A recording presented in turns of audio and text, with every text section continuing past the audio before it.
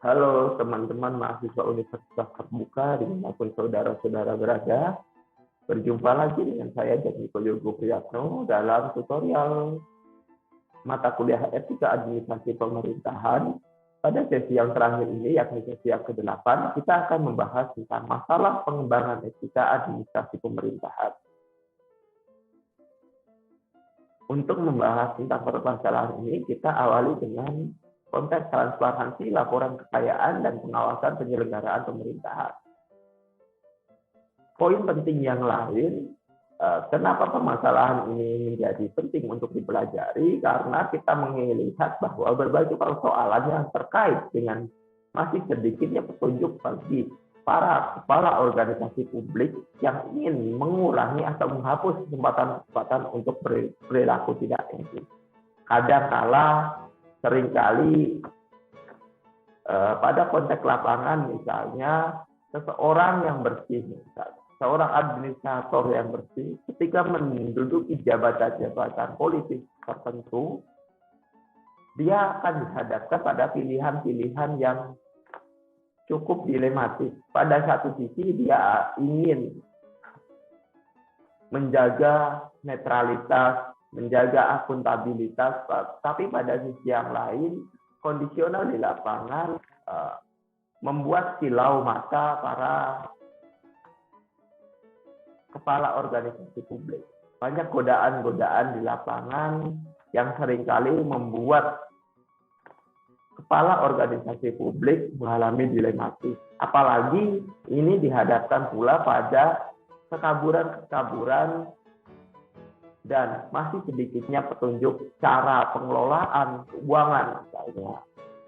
Mana yang harus, mana yang boleh dan tidak boleh, itu tidak diatur semuanya dalam undang-undang. Walaupun memang undang-undang telah mengatur, tapi hal-hal teknis tidak tercover semuanya.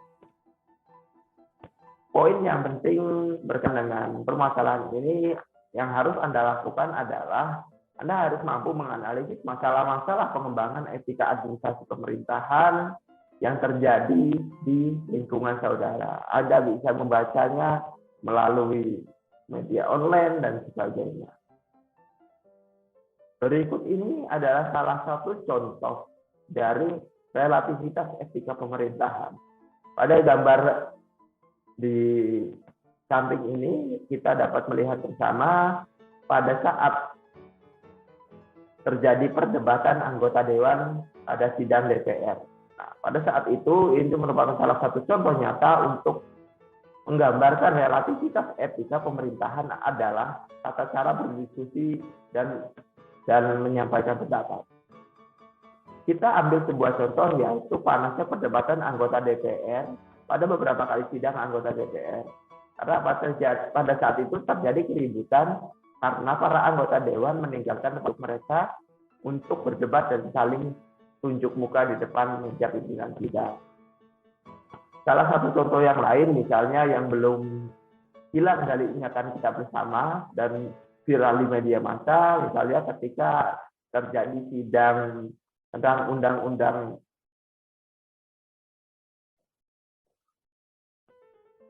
prakerja kemarin.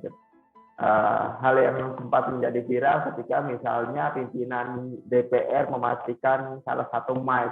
Nah itu kalau kita melihatnya dari sisi etika, itu terjadi sebuah dilematis. Pada satu sisi mungkin beliau memiliki otoritas misalnya untuk memberikan kesempatan pada yang lain untuk berbicara agar tidak dimonopoli, tapi pada sisi yang lain tindakan tersebut bisa kita pandang sebagai tindakan yang kurang etis karena dia tidak menghargai saat seorang sedang berbicara dan menyampaikan pendapatnya. Pertanyaan yang kemudian mengemuka adalah apakah benar terkait dengan pelanggaran etika itu benar-benar ditegakkan dalam sistem penyelenggaraan pemerintahan di Indonesia. Apakah ini hanya sekedar konsep atau memang ada tindakan nyata yang dilakukan oleh lembaga atau birokrasi terkait dengan praktik-praktik pelanggaran etik yang dilakukan oleh para birokrat atau administrasi publik, administrator publik. Pemberlakuan peraturan dalam pengendalian etika. Apakah Anda pernah mendengar tentang peniup peluit? Nah, peniup peluit adalah tindakan pegawai pemerintah yang melaporkan perbuatan tidak etis yang dilakukan oleh pegawai pemerintahan lainnya. Jadi, dalam konteks penyelenggaraan pemerintahan di negara kita di Indonesia, pemberlakuan peraturan pengendalian etika itu berjalan. Salah satunya yakni adanya ruang bagi para pegawai untuk melaporkan tindakan tidak etis pegawai yang lain yang melakukan tindakan-tindakan yang melanggar norma dan etika publik. Namun dalam proses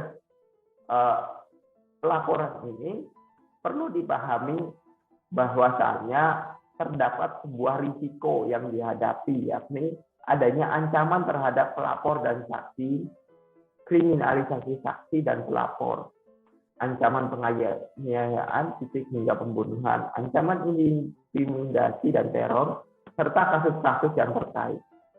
Nah, jadi terkait dengan pelanggaran etika, dia untuk konteks pelaporan ini seperti sebuah pisau bermata dua. Di satu sisi para pelapor ingin menegakkan disiplin dan kode etik, namun di sisi yang lain terdapat ancaman-ancaman yang langsung tertuju kepada pelapor tersebut. Disinilah perlu hadirnya negara untuk melindungi mereka. Karena apa? Karena tanpa adanya jaminan kepastian hukum dan perlindungan terhadap saksi, sangat mustahil proses check and balance yang terjadi dalam praktik pelanggaran etika ini dapat terwujud.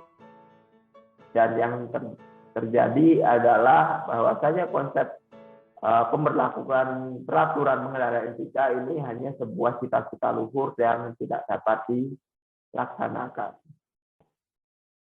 Demikianlah pengantar materi tutorial pada pertemuan yang ke-8 ini. Tak bosan-bosan saya berpesan kepada saudara-saudara semua untuk tetap semangat mempelajari materi-materi tutorial yang tersedia.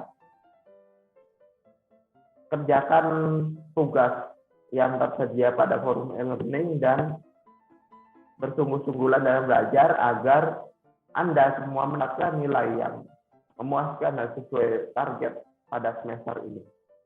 Wabillahi taufiq wal hidayah. Wassalamualaikum warahmatullahi wabarakatuh. Sampai jumpa kembali.